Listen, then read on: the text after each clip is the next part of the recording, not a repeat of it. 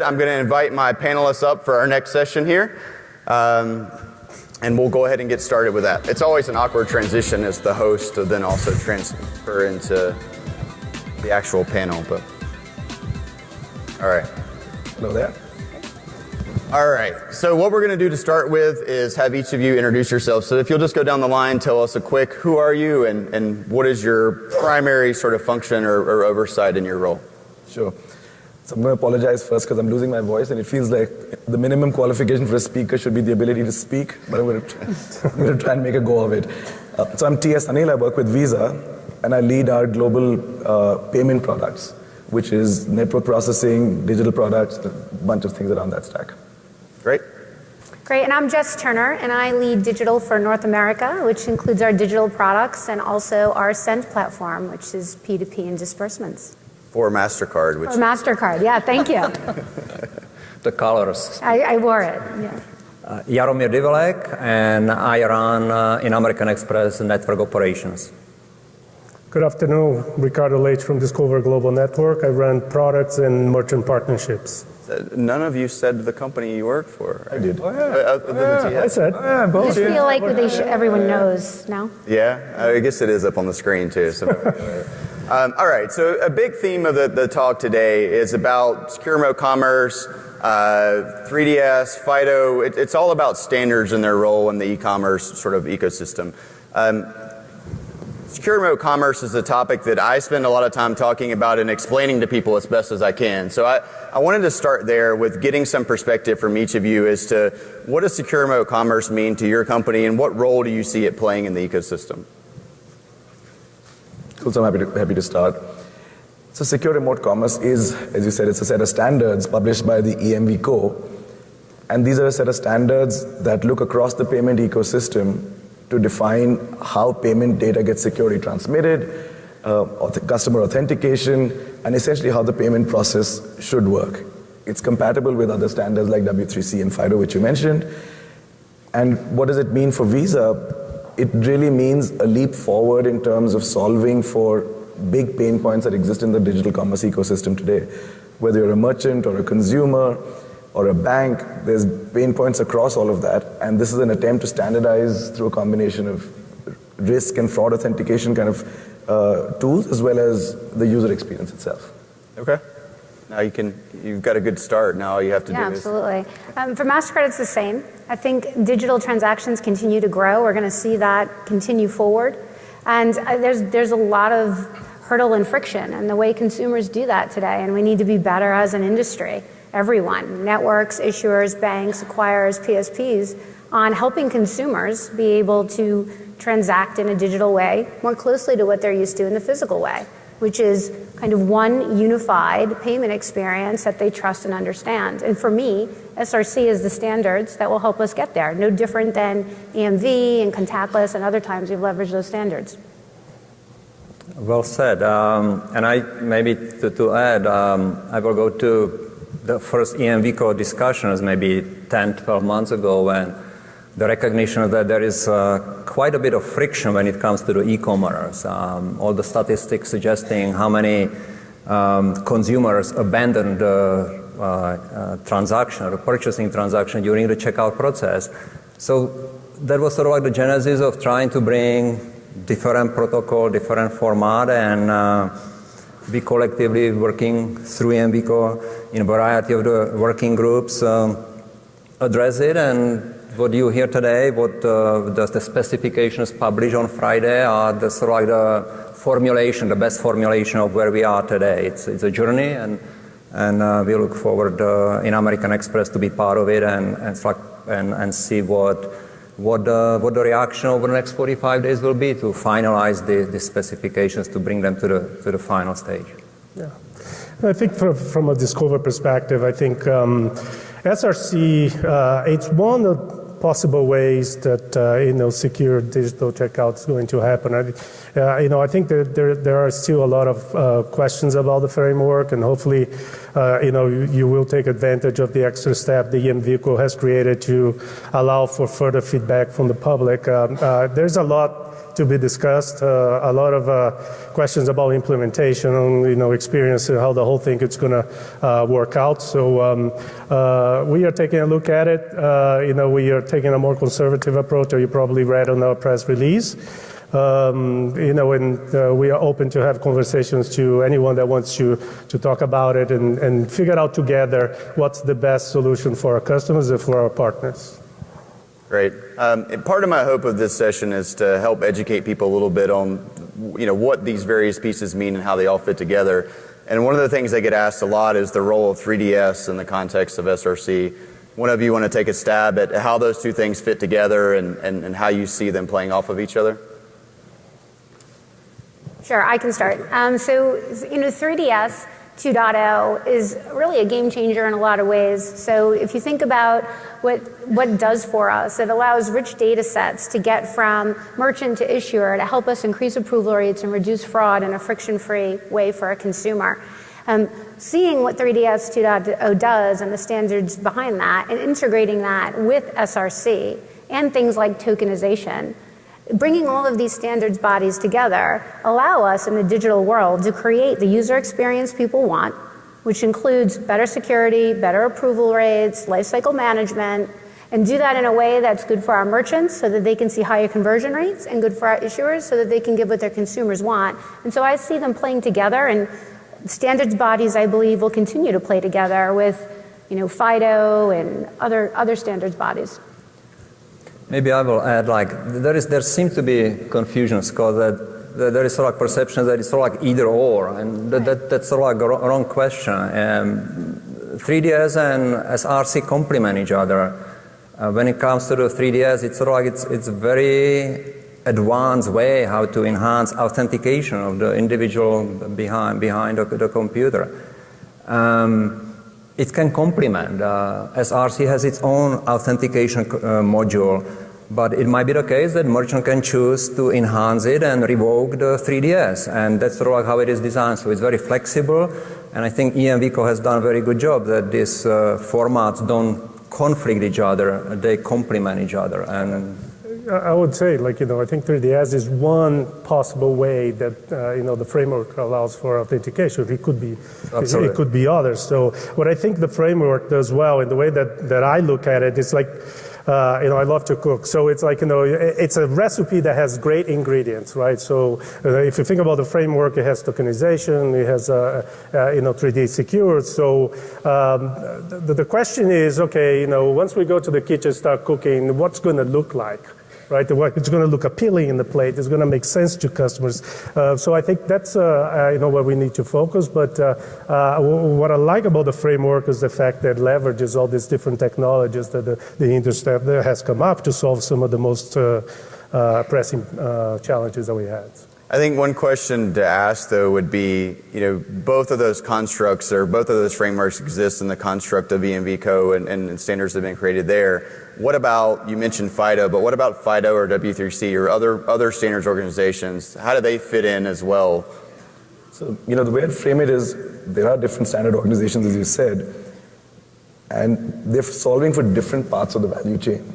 So if you look at W3C, it's been focused on browser interfaces and standardizing that protocol.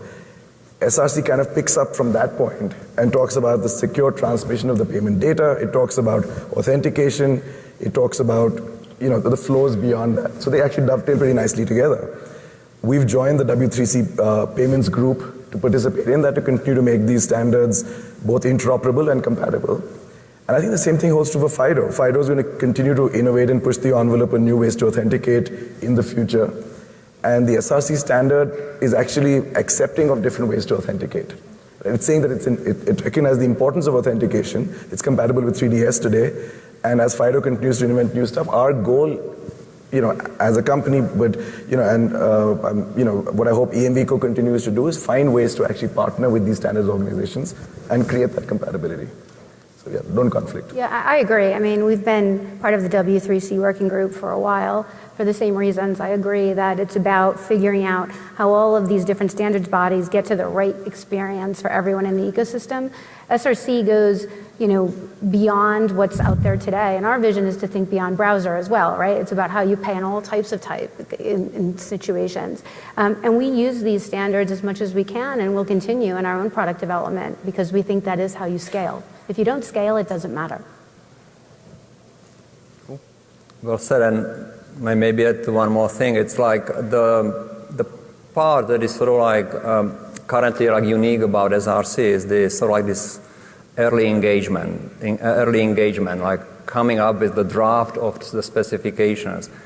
In order for all these different bodies, that at the end have to work together in order for the system, the payment system to stay sound, and the interoperability has to be secure. So there is no other way but to work together. The best mechanism to accomplish it is to publish these specifications, the technical standards as early as possible so that people can react, give feedback, and adjustments can be made that the system will end up in a better place in the future than it is today. Jess, to your point, things don't matter unless they scale, right? So you can introduce all these things and that's great, but unless they scale, it doesn't really matter. As part of this construct, there are a number of parties that have to derive benefit from any of this, right?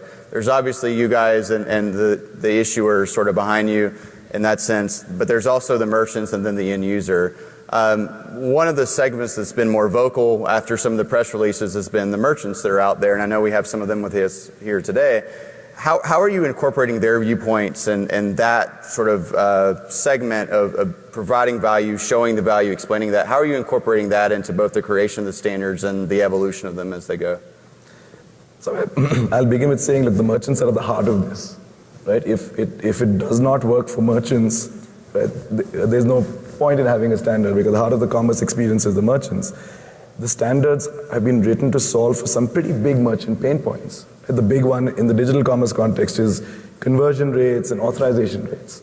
Right? Another big one is data security and merchants sitting on a bunch of personal information that has security risk associated with it. So the SRC standards actually take both of these things squarely on. Right? If you look at what tokenization does to the experience, tokenization allows for certainly the data to be secure, but even more importantly, allows for lifecycle management in a way that merchants don't miss payment cycles because the expiry date of the card changed or a new card number got issued. Tokenization's lifecycle management actually creates a better experience for the merchant and for the consumer. Along the way, as the standards have evolved, a core principle for us is preserving merchant choice as the core of the construct within this, right? Which is the merchant choice about the customer experience, how they want to do it, do they want to do it, routing, etc., etc. So I think merchants are at the heart of this ecosystem. Because the standards have taken a while to get out there, right, and they've only just been published. We've certainly been engaging with merchants for a while, and expect now that we actually have a draft set of specs to work with, to spend a lot more time with merchants, getting their feedback into the process, as we start to think about ways to commercialize this. So the merchants are at the heart of this. I don't think there's any point discussing anything in the commerce and payment space if it doesn't meet the core needs of the merchants. And we're seeing some pretty good feedback. Tokenization, more and more merchants are getting on board knowing that they want to get on the tokenization platforms because it benefits them for all those reasons.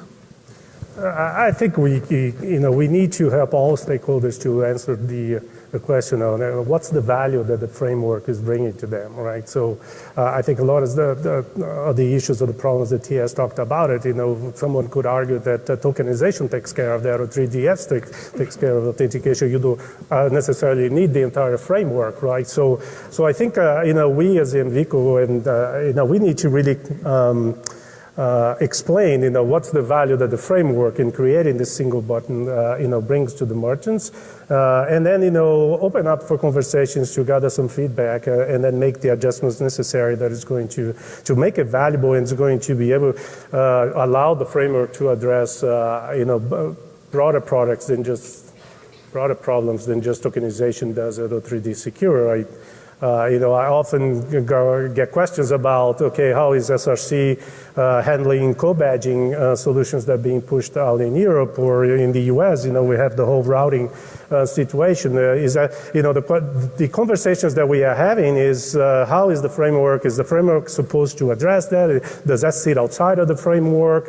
How is the industry, thinking about that? Because that's a real issue, right? That we need all together. If you think about digital commerce, we need to figure out, how we're going to deal with co-badgings or routing. So if it would be part of the SRC framework, perhaps, people are going to say, I can see a value right there. So I think talking about the value and thinking about the end, the stakeholder is going to be key to make sure that the SRC framework kind of takes off and, achieves the scale that Jess talked about. So. I think one of the things I hear the most is there's the assumption that now you've published all this, that now it's final and that's what we're going to go do and these things have been built. And I think what I'm hearing, or what my interpretation would be, that this is very much a starting point, right? And that there now is work to be done to figure out how you would actually implement these things and how they would fit into the merchant environments. Is that a fair statement? Really fair. I think it's a entirely fair statement. I said this to someone yesterday, that this is not the end. It's not even the beginning of the end. Churchill's line that it's perhaps the end of the beginning. Right? It's a draft set of specs. It's version 0.9. The specs still have to get finalized. And the ways in which the spec comes to life, the ways in which it gets commercialized, the way we go to market, right? The intent is, absolutely to work with merchants in terms of how it comes to life in their ecosystem. So, yes. And another aspect, it is a journey, and the final shape or phase, how SRC will look, none of us here probably knows today to tell you what it will be.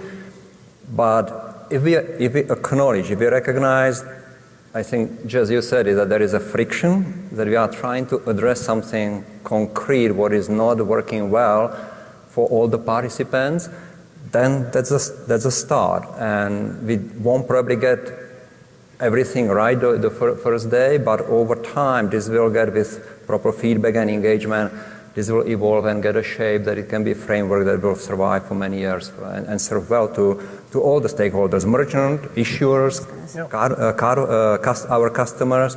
All of them are stakeholders in this solution.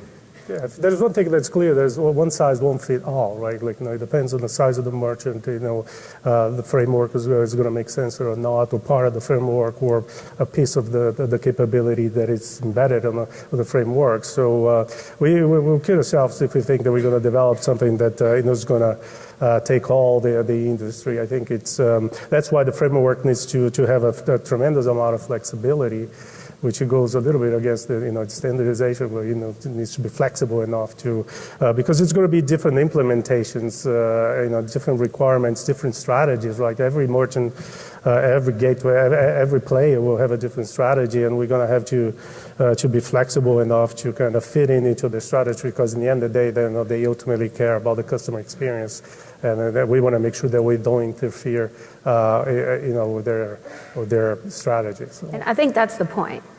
Right? We want to help merchants with their customer experience. I think you said they're at the heart of SRC. Merchants are at the heart of SRC. We're here because what we've heard from merchants is digital is hard. We want better conversion rates. Fraud's increasing in the US. We want kind of a single experience and integration to run across all card networks like we have in the physical world. This is what we need to drive digital in the way we need to. And by the way, this is a global initiative. And so it needs to be consistent and ubiquitous around the globe and give consumers what they're used to in the physical world. But with technology, and because it's digital, with enhancements that we can do because of that. And that's at the heart of where we are. I think EMVCo announcing the draft of the spec so that we can get that out earlier and get the feedback, and we can move more aggressively than maybe we have before with EMVCo is a really positive step forward. What do you all feel is the biggest barriers to adoption of SRC? I think right now is the lack of education and awareness what the framework is all about, what problems we're trying to solve.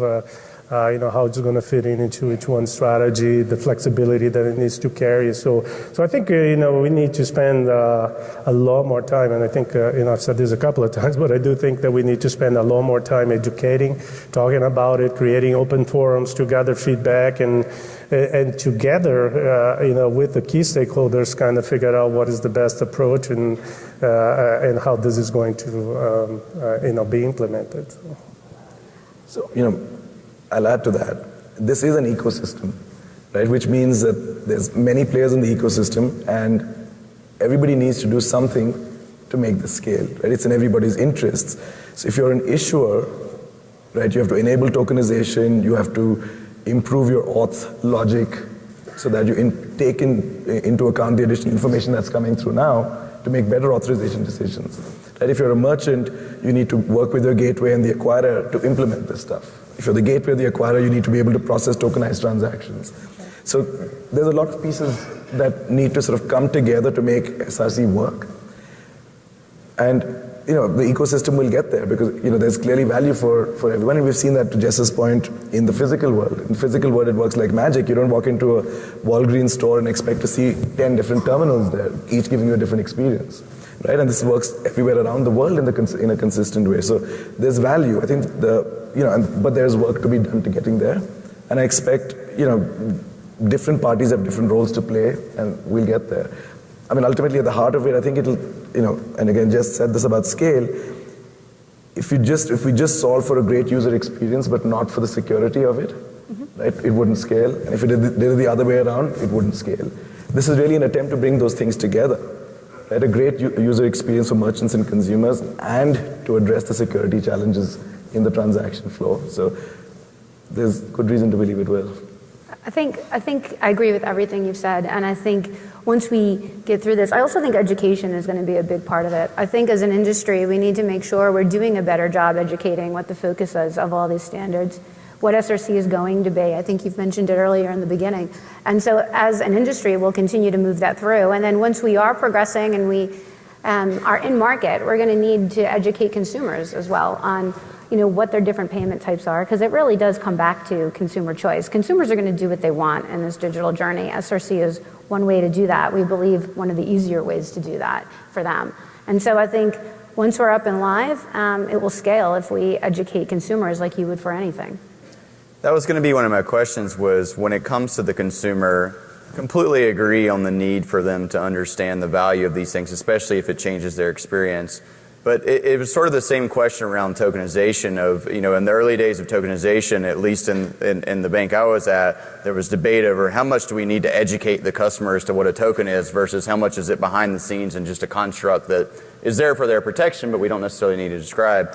How does that play into some of these newer, whether it's standards or things that impact the user experience? What do we need to educate the customer on? Is it the security of it? Is it the actual mechanisms or the value provided? What do you feel like is the piece of this that is most important to educate the consumer about, and how does that impact their ultimate usage or adoption of these tools?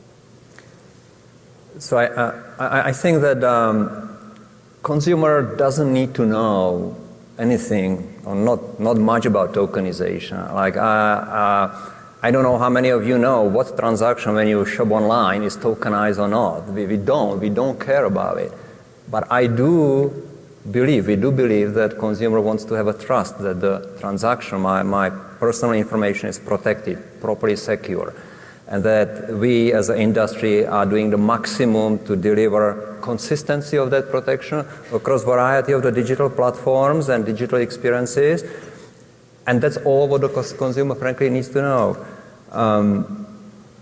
Beyond that is the ease of use, that experience today, talking about the friction, depending on what merchant side I go, any of you go, it's merchant side from merchant side differs, and there is sort of like there is no consistency, no consistency when it comes to me feeling secure, but also no consistency in terms of my experience. And I think this collectively represents that friction we keep talking about, which SRC is hopefully here to address. So, I think the starting point is that consumers do care. There will probably be very few hands in this room which won't rise to a question that, have you ever had a fraudulent transaction or the need to get a card number replaced? Right? So consumers do care. They're seeing this happen more and more. And the fact is that they're concerned about security. So they need to know that they can trust a process. Right? Beyond that, I think tokenization is industry geek talk. And it's stuff behind the scenes in a way that they don't need to understand that. But they do need to know that someone's standing behind these transactions and has designed a process that is secure and that it works with a certain set of standards. So, and educating them on that and helping them get that comfort with digital commerce would be an outstanding outcome. I think every time you have an enrollment process like the framework kind of outlines, we do, especially at Discover, we do care a lot about the customer experience, how that's going to play out. We learned a lot obviously from the 3D Secure 1.0 and all the enrollment and the pop-ups and all that. So consumers do care about what happens when they're going through the process, and especially the new generations, they're extremely concerned about why am I filling out this information again? Well, who's going to store this data? So I think there's something to say there that especially the young generation, they do care a lot about security. They care about who is actually looking at the data, the information, and all those questions come to surface when you're starting to create and asking people to enroll in different places and kind of store their information. Even though it's tokenized, they don't care about it's tokenized. They don't even know most of the time what tokenization is all about. So we do care a lot about the consumer experience, and we're spending a tremendous amount of time figuring out how can we kind of take the friction out of the whole process. So. Cool. If we talk about tokenization specifically for a little bit, one of another point of confusion or another point of questions is around the varying forms of tokens in e-commerce, right? We have the construct of EMVCo tokenization, introduction of that with the digital wallets and now into e-commerce and card on file. We also have had merchant acquirer tokens that have existed for a long time, let's just say. I know you all, or a number of you, put out press releases in the last week or so about some of the efforts and partnerships there. Can you tell me a little bit more about the way you see those two playing together? Because I think that's a big point of confusion for people in the space that knew of merchant acquirer tokens already and are trying to understand how you tie those two things together. Jess? Yeah. At Mastercard, we believe it's an ecosystem play, and we work with our acquirers and PSP partners for EMVCo tokenization distribution, which is a lot of what those releases were about this week. The acquirer tokens are around, and they're going to be around for a very long time. They serve a very meaningful purpose. What I think the tokenization we're talking about here is these network tokens allow lifecycle management, which is that idea of you have your plastic card, something happens to it, but your token can still live with the merchant, which is really powerful because what that does is it allows no disruption for the consumer and an experience in their digital world, regardless of what's happening to the physical card. And that also, provides higher approval rates and higher authentication, et cetera. All very good things. Everyone really likes that. And I think it's additive to the tokens that we have out there today in our acquiring world. But I'll tell you, there is another thing I want to touch on, which is there's tokenization, and then there's tokenization with dynamic data and cryptograms. And that's important to understand the difference. Because when you talk about added security, the added security is really coming from this cryptogram.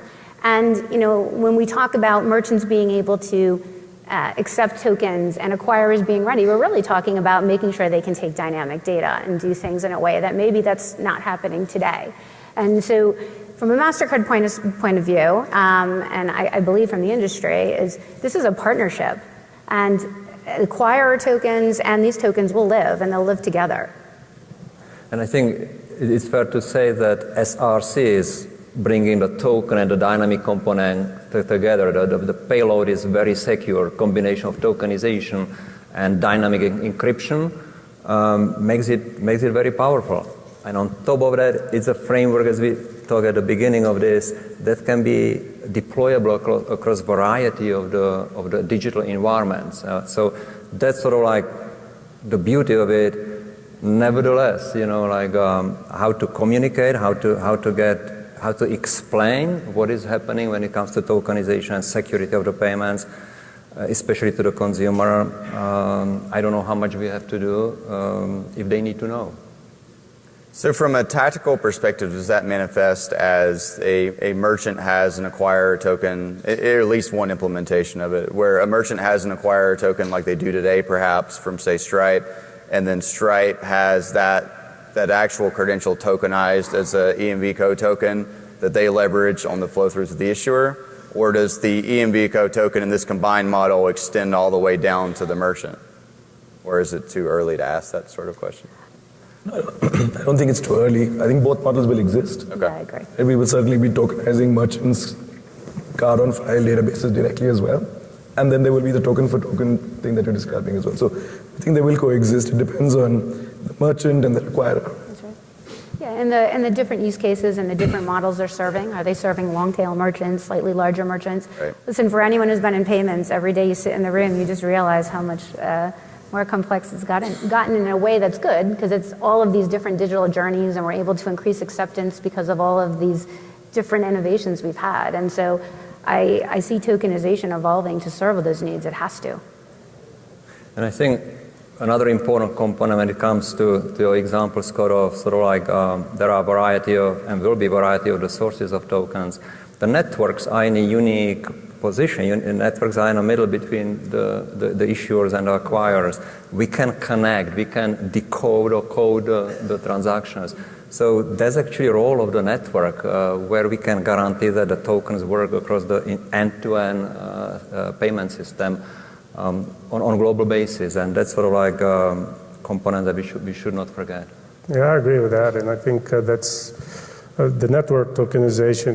Kind of helps as well address some of the friction. If the card PAN changes or something, I think we're in the best position to kind of make sure that there's no interruption in a transaction flow. So I agree with Jess. I think they're going to coexist, but I think there are some slightly different roles that the acquiring tokens or the network tokens will play. So we mentioned card on file.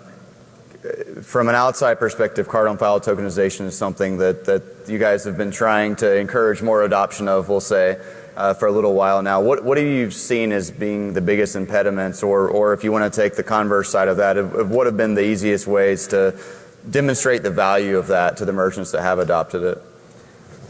Well, so like all things, this moves slowly and then moves fast. So I think we've been in the slowly part of the journey, where merchants have been trying to understand what it means. Issuers have been trying to deal with the new information and try to optimize authorization logic around it. So I think we're getting to the end of that portion of the journey. And if I look ahead, clearly there's a lot of interest in some of the largest merchants around the world in tokenizing their card-on-file databases. So I expect it starts to move a lot faster now, because there is the education piece, there's the infrastructure piece, and then things start to climb.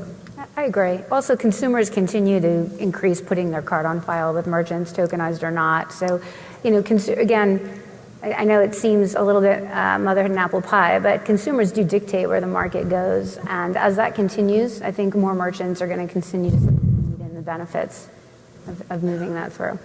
Do you feel like some of the issuer tools, like the Wells Fargo Control Center concept, help to help to encourage adoption of that? Or, it's now a rhetorical question the way I'm asking it, but I would think that part of that, exposing the customer to where their card is, would help encourage that. And the mechanisms allowed to do so, such as tokenization, where now the issuer has insight of where those cards are. But I assume you would agree with that statement? I totally agree. Yeah. We have worst asked question ever, by the way. It'd be really uncomfortable if we all said no.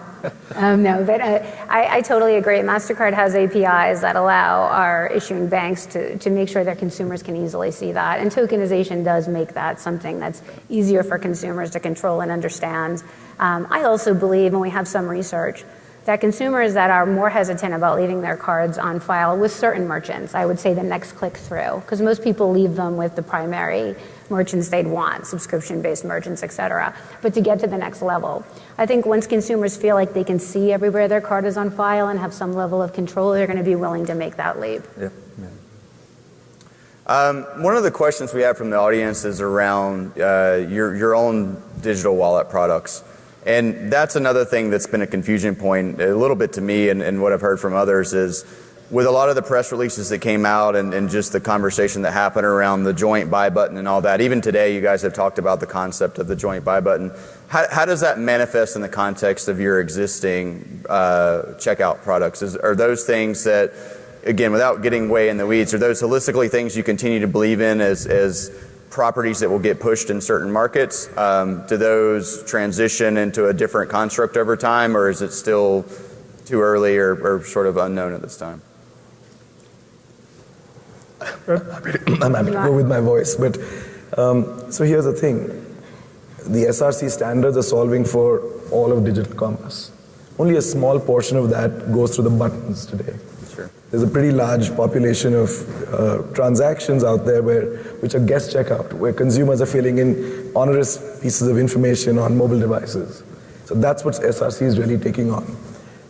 And I obviously can't speak for the other networks, but speaking on behalf of Visa, our goal is certainly to migrate the Visa checkout, footprint to the SRC standards. Right? Because we don't think they need to coexist. The existing button doesn't need to operate in quite the way that it has, and it will conform to the SRC standards. That's solving the larger problem of digital commerce. Yeah, and for MasterPass, it's the same. We announced that before. We see this as an evolution into supporting the SRC standard as well. Same idea that MasterPass's intent has been to replace guest checkout, make it easier.